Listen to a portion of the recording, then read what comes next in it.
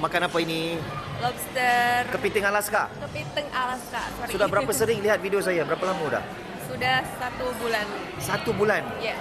So langsung mampir ke sini makan kepiting. Mampir ke sini. Oh, wah, Gede sekali? Gede gitu. Okey, tadi akak makan apa ni? Banyak sekali ni. Ada makan Ada lobster juga. Boleh ada, angkat lihat. Ya. Itu lobster. Dan ini cumi. Ini cumi. Cumi-cumi. Kepalanya. Okey, gimana saya punya kepiting Alaska rasanya? Rasanya juicy, enak, Juicy, segar. segar sekali. Dan itu nasi lemaknya. Nasi lemaknya enak, ada berasa daun pisangnya juga, Ya. dan ininya gurih, enak Ya, pokoknya. baik. Tapi ada lihat kan sebelum ni ramai orang daripada Jakarta dan seluruh Indonesia mampir di sini ya. Baik, terima kasih banyak ya. Kasih. Dari Jakarta, Indonesia. So, warga-warga Indonesia yang lain, jangan lupa mampir ya. Mampir ke nasi lemak lobster JB di Setia Tropika. Okey, yang mana nak makan Alaska King Crab, harganya tadi RM498. Dan yang ini, nasi lemak cumi-cumi, RM29 seorang bosin. Murah. Okey.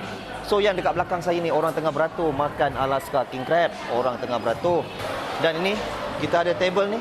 Kita nak tanya akak ni daripada mana. Korang boleh tengok abang ni buat apa kan. Oh, dia tengah makan King Crab. Oh. Okey bang, dari mana? Dari Pasir Gudang. Pasir Gudang. Macam mana King Crab saya besar tak? Oi, besar. Besar bang kan? Puas daging dia. Oi, puas. Baik bang, terima kasih banyak bang eh. Ha. Okey bang, boleh tolong panggil orang Pasir Gudang kena datang sini. Satu kali bagi. Boleh bang. Terima kasih. Orang Bagi Pasir Gudang, try lah dekat datanglah dekat abang. Menyesal tak cuba kan? Dekat ni apa nama? Nasi lemak abang lobster. Baik. Menyesal tak cuba tau. Semua hidup sekali kita kena rasa lah. Kak makan. Baik kak, terima kasih banyak kak eh. Daripada Pasir Gudang. Oh, yang mana nak datang, jom kita keluar lah. Kita keluar kejap. Okey. Selain daripada meja dalam, saya ada juga table luar. Table luar. So, kamera boleh tak zoom daripada atas? Zoom daripada atas, boleh tengok saya punya keadaan restoran.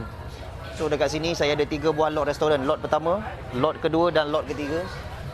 So, ini. Bang, dah order bang? Baik, terima kasih bang. Dari mana bang? Daripada JB. Daripada JB sini. Baik, terima kasih banyak bang eh. Okey, yang mana nak singgah, korang boleh ni. Wish. Nasi lemak lobster JB. Setiap hari buka, tak ada tutup. Daripada jam 12.30 tengah hari saya dah buka sampai 11.30 malam. So andai kata kalau kat sini korang nak makan Alaska King Crab, harga dia RM498. Kalau nak yang lagi besar RM598. Ada juga nasi lemak lobster, nasi lemak sotong, nasi lemak udang galah, nasi lemak kambing.